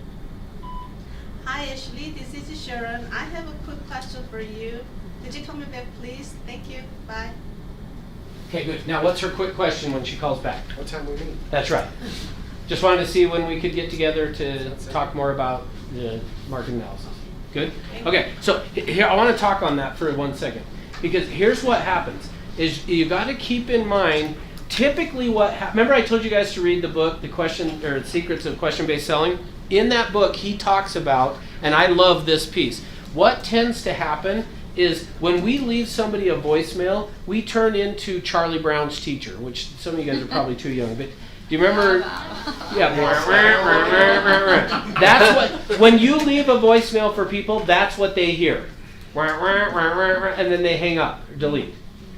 So as a result, you got to be really short and doing things that to some extent create value or make them curious. Remember I said make them curious is what he uses? The example he uses in that book is this. he was with a real estate agent actually. So this book is around sales, but the one particular example he uses, he was with a real estate agent that was calling farmers about their land, trying to get them to sell the land that then he could go find a developer to develop it. Well, the guy would call and he would leave messages like you and I would, which, hey, this is so-and-so with real estate company, and I just wondered if you were thinking about selling your land, because if you were, right now is a really good time to be selling your land. I got a lot of builders that would want to be interested in buying it. And what is the farmer thinking when they hear that? What am I doing? Delete. Now, instead, he said, you got to make them curious. So he said, watch this. He makes the phone call and he says, gets a voicemail, says to the farmer, hey, Mr. Farmer, this is XYZ Real Estate. I'm holding your tax records in my hand, and I have a question for you. Please call me back. Okay. Because what are they probably thinking? Why are you holding my tax records in your hand?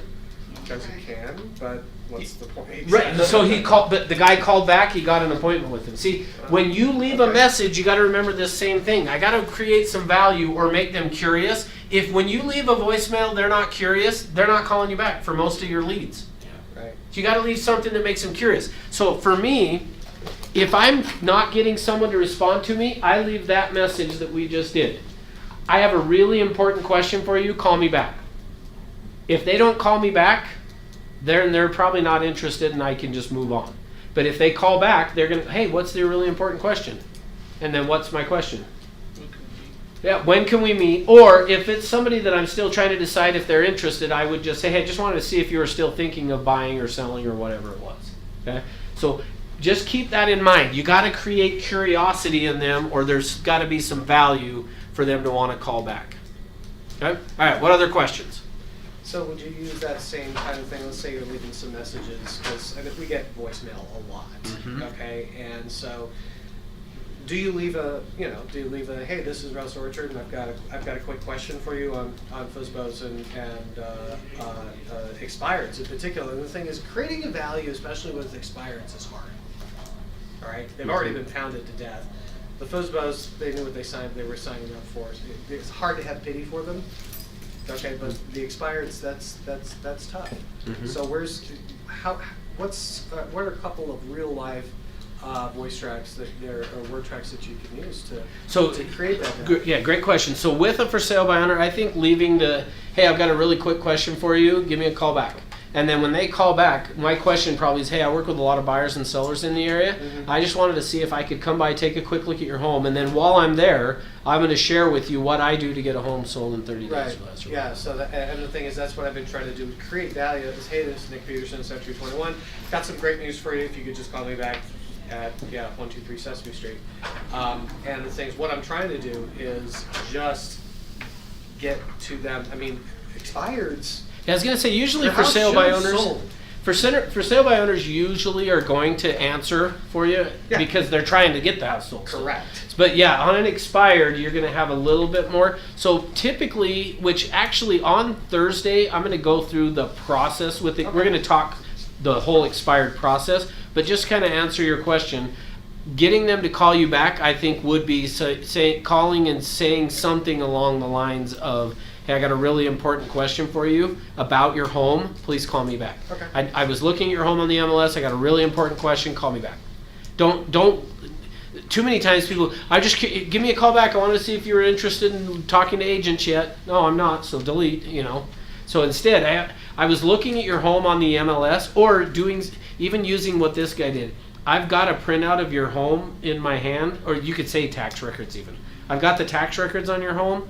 Please give me a call back. You're actually reminding me, we have an agent down in St. George that was a newer agent, and he started doing the process that I'll give you this whole process on Thursday. But he started doing that, and he came across one that he found was Larry King's home, the news guy, Larry King, that he owned in St. George. It was an expired listing, and so he had gone and knocked on the door, but they weren't there, obviously, I guess not obviously, but it's a second home, so wasn't there. Tried every way to get a hold of him, and like, how easy do you think it's going to be to get a phone number for Larry King? Probably not too easy. So he ended up writing a letter, and what he did was just said, I've enclosed a copy of your MLS. I would like to talk to you about why your home didn't sell, because I think I figured it out and sent it to him. He didn't get a call from Larry King, but from Larry King's assistant, and said, hey, Larry got it, asked me to call you and find out what you figured out that was wrong. And I don't remember all the details, but he had found something on the MLS that he said, I think this is stopping the home from selling. And he actually raised the price on Larry King's home and got it sold. So he now has a letter of recommendation that he can show to clients from Larry King, which is kind of a cool thing. But so yeah, to some extent it's saying, hey, I was looking at your MLS. I think I figured out why your house hasn't sold. Give me a call. Okay. Because hopefully that makes them curious.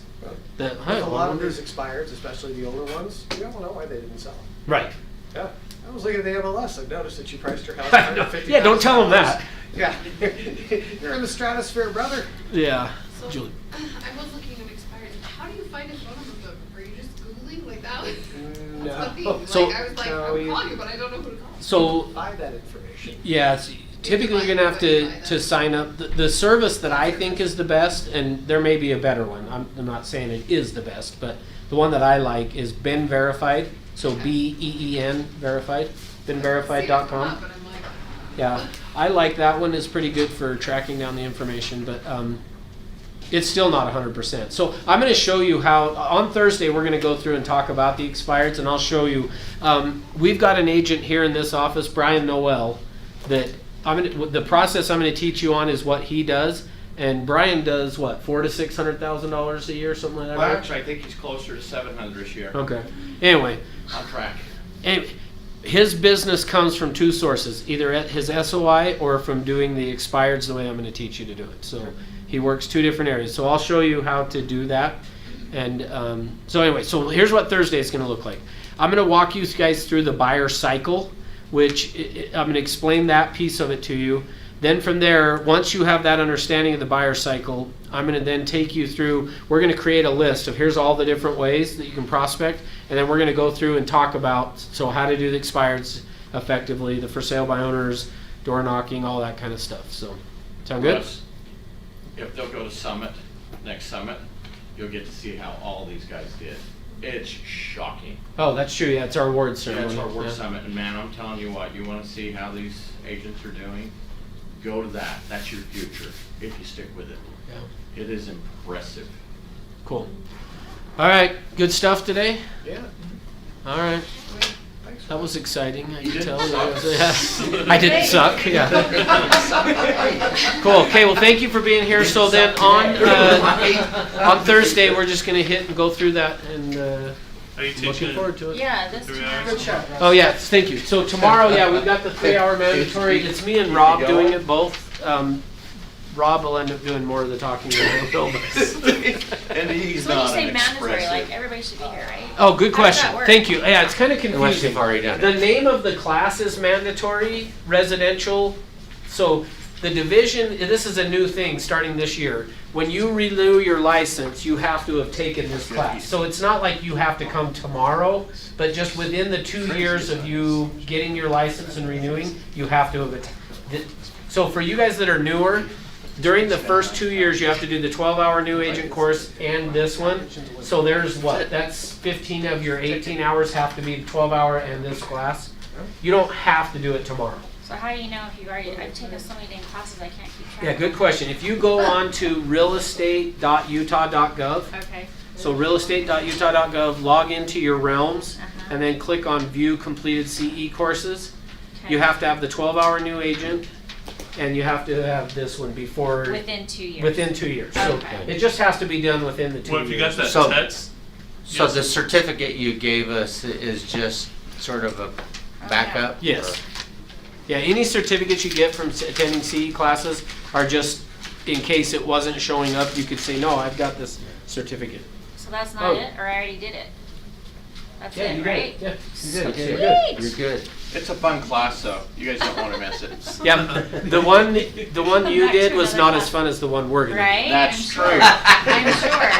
Russ, do you post like Then I missed the house. Jeopardy wasn't fun enough. I have a schedule, huh? where do you post it? I don't have it posted necessarily anywhere, but I can get you a schedule if you want. If you want to follow me down to my office, I'll get you one. The last schedule I had ended this month. Oh, yeah, okay. Yeah, anybody that wants one, if you want to follow me down to my office right now, I'll get one. So is this just a mass